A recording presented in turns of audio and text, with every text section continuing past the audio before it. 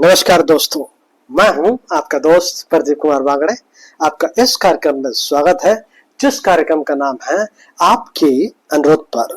दोस्तों, आपके अनुरोध पर आज मैं आपको बताऊंगा भारतीय फिल्मों की मशहूर अभिनेत्री, गायिका और रंजीत स्टूडियो सह मालकिन गौहर खयाम मामाजी वाला, इनकी जीवन परिचय के बारे में बताऊंगा। दोस्तों, अगर आप मेरे चैनल में पहली बार आए हैं तो आपसे अनुरोध है कि आप इसे लाइक करें, सब्सक्राइब करना ना भूलें और वीडियो पसंद आए तो अपने दोस्तों में जरूर शेयर करें। तो चलिए दोस्तों, वीडियो की शुरुआत करते हैं। गौहर खयाम मामाजी वाला, जिन्हें हम मिस गौहर के नाम से भी जानते हैं। गौहर का जन्म 19 नवंबर 1910 को लाहौर, पंजाब, ब्रिटिश भारत में एक दाऊदी बोहरा परिवार में हुआ था। मिस गौहर 1926 से लेकर 1970 तक लगातार फिल्मों में सक्रिय रही। इन्होंने 55 से ज्यादा फिल्मों में अभिनय किया। उनके पिता सेठ कय्यूम मामाजी वाला एक थिएटर कंपनी के मालिक थे और उनकी मां पुतलीबाई एक अभिनेत्री थी। गौहर अब्दुल कय्यूम मामाजी वाला का जन्म 19 नवंबर 1910 को लाहौर में गुजरात के सौराष्ट्र के बोहरा मुस्लिमों के परिवार में हुआ था। उनका परिवार मुंबई आ गया। वे सुंदर, सुशिक्षित, मृदभाषी थी और उन्हें किताब पढ़ना पसंद था। जल्द ही वे हिंदी, उर्दू, अंग्रेजी, गुजराती और मराठी में पारंगत हो गई। जब उनके पिता का व्यवसाय चौपट हो गया और वे आर्थिक संकट में पड़ गए तो उनके एक पारिवारिक मित्र होमी मास्टर ने उन्हें फिल्मों में काम करने का सुझाव दिया।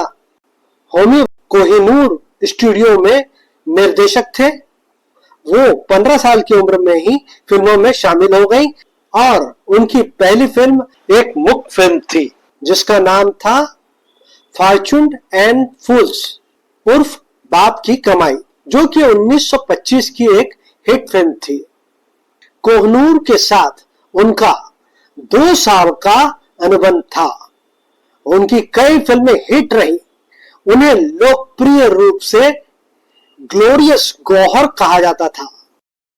चंदूलाल शाह, जो कोहिनूर के लिए फिल्में भी निर्देशित कर रहे थे, उनके अभिनय से आकर्षित हुए और उन्हें टाइपिस्ट गर्ल 1927 में एक भूमिका दी जिसमें नायिका थी सुलोचना, यानी कि रूबी मेयर्स। इस प्रकार उनकी साझेदारी शुरू हुई। अनुबंध समाप्त होने के तुरंत बाद कुछ लोग जैसे कि गौहर, चंदूलाल, जगदीश पास्ता, हीरो राजा सैंडो और कैमरामैन पी नाइक ने कोहिनूर छोड़ दिया। जगदीश फिल्म्स के लिए फिल्में बनाने वाली श्री साउंड स्टूडियो की स्थापना की। यहां उन्होंने 10 लोकप्रिय फिल्में बनाई और 1929 में अलग होकर अपना खुद का रंजीत स्टूडियो बनाया।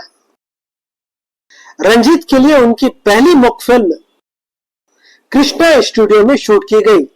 फिल्म का नाम था पति पत्नी। बहुत जल्द ही रंजीत के पास 4 शूटिंग स्टेज और एक सुसज्जित स्टूडियो हो गया। रंजीत की पहली बोलती फिल्म देवी देवयानी थी, जिसमें गौहर ने भगवान दास के साथ भूमिका निभाई थी। रंजीत स्टूडियो बहुत बड़ा हो गया और हर 16 से 20 दिन में एक फिल्म बनाने लगा। उन्होंने इंडस्ट्री के बेहतरीन टैलेंट को काम पर रखा था। चंदूलाल जो भी करते उसे सोने में बदल देते। गौहर रंजीत की पार्टनर, मैनेजर, प्रोड्यूसर और स्टार एक्टर थी।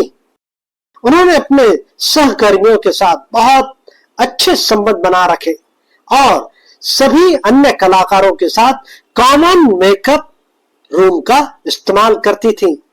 गौहर ने अपने करियर में 28 मुख्य फिल्में और 19 से ज्यादा बोलती फिल्में की। उनकी आखिरी फिल्म अछूत, जो कि 1940 में रिलीज हुई, जिसका निर्देशन चंदूलाल ने किया था और हीरो मोतीलाल थे। ये फिल्म महात्मा गांधी जी के अछूतों के लिए कल्याणकारी गतिविधियों से प्रेरित थी, जिन्हें उन्होंने हरिजन कहा था, और ये उस साल की सबसे ज्यादा कमाई करने वाली फिल्मों में से एक थी। चंदूलाल शाह ने भी अगले 14 सालों तक फिल्मों का निर्देशन बंद कर दिया। गौहर अब केवल स्टूडियो और चंदूलाल शाह की देखभाल करती थी। 48 साल तक चंदूलाल के साथ रही, लेकिन उन्होंने कभी शादी नहीं की। दरअसल चंदूलाल पहले से ही केसरबाई से विवाहित थे और उनका एक बेटा था जिसका नाम नवीन था। उनका परिवार उनके साथ बॉम्बे में रहता था, लेकिन गौहर ने कभी इस पर आपत्ति नहीं जताई। गौहर और चंदूलाल शाह को एक विवाहित जोड़े के रूप में ही माना जाता था और फिल्म उद्योग में उन्हें एक पति पत्नी का दर्जा प्राप्त था। 1944 में एक दिन चंदूलाल ने कपास के व्यापार में 1.25 करोड़ रुपए खो दिए। एक ही दिन में उनके दिन ही बदल गए। उनकी सारी संपत्ति, हर चीज को गिरवी रखना पड़ा और बाद में बेचना पड़ा। इस संकट में भी गौहर ने उनका साथ नहीं छोड़ा और 1975 में चंदूलाल शाह के निधन तक उनके साथ जुड़ी रही। उन्होंने हर कदम पर उनकी मदद की और केसरबाई के साथ भी अच्छे संबंध बनाए रखे। अगर वो नहीं होती तो चंदूलाल को सड़कों पर भीख मांगनी पड़ती। जब वो बीमार थे तो उन्होंने उनकी देखभाल की और उनके इलाज के लिए अपने गहनों को बेच दिया। 50 के दशक की शुरुआत में रंजीत स्टूडियो ने 153 फिल्मों में से 7 फिल्मों को छोड़कर बाकी सभी फिल्में आग में जलकर नष्ट हो गई और उनका कोई रिकॉर्ड नहीं बचा। गौहर मामाजी वाला का निधन 28 सितंबर 1985 को मुंबई, भारत में हुआ। दोस्तों, गौहर मामाजी वाला एक प्रसिद्ध गायिका, प्रसिद्ध अभिनेत्री, प्रसिद्ध निर्माता और रंजीत स्टूडियो की सह मालकिन थी। दोस्तों, बड़े दुख की बात है कि गौहर मामाजी वाला को जैसी महान हस्ती को दादा साहब फाल्के पुरस्कार से नहीं नवाजा गया, जबकि उनके साथी कलाकार रूबी मेयर्स और दुर्गा खोटे जी को यह अवार्ड बहुत पहले मिल चुका था। दोस्तों, गौहर मामाजी वाला का नाम अक्सर इसी नाम की अन्य गायिकाओं और अभिनेत्रियों के साथ अक्सर उनके फैंस में उलझन पैदा कर देता है। गौहर जान नाम की एक अभिनेत्री भी हुई है और गौहर जान नाम से एक गजल गायिका भी हुई है। इसके अलावा गौहर कर्नाटकी नाम से भी एक अभिनेत्री रही हैं। अक्सर लोग इन नामों से धोखा खा जाते हैं। दोस्तों, मिस गौहर मामाजी वाला ने 55 से ज्यादा फिल्मों में अभिनय किया। इनकी कुछ फिल्मों के नाम: 1925 में इनकी पहली फिल्म आई। फिल्म का नाम था फॉर्चून एंड द फूल्स उर्फ बाप की कमाई।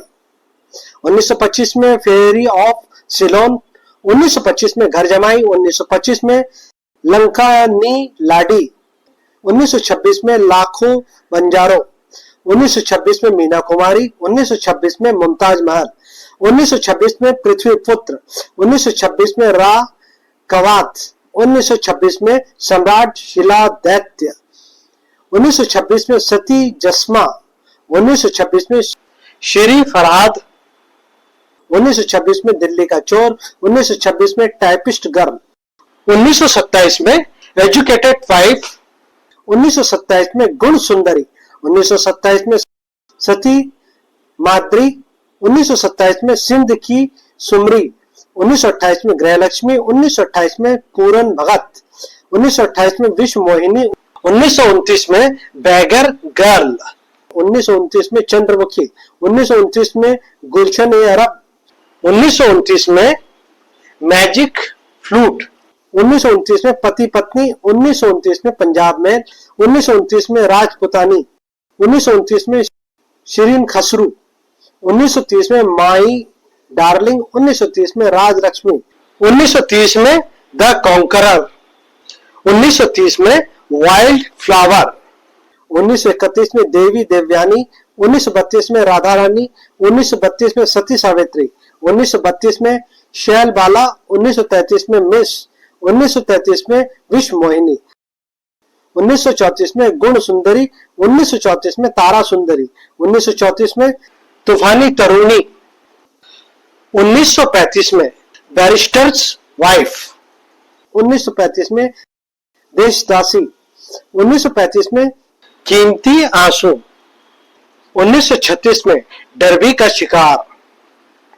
1936 में गुनेगार, 1936 में प्रभु का प्यारा, 1936 में राज रमानी, 1936 में सिपाही की सजनी, 1937 में परदेसी पंख, 1940 में अछूत, 1940 में उषा हरण। तो उम्मीद करता हूं दोस्तों गौहर मामाजी वाला के बारे में आपको मैंने जो जानकारी दी वो आपको जरूर अच्छी लगी होगी। तो इसी के साथ अपने दोस्त प्रदीप कुमार बांगड़े को इस कार्यक्रम से जाने की इजाजत दीजिए। नमस्कार, जय हिंद।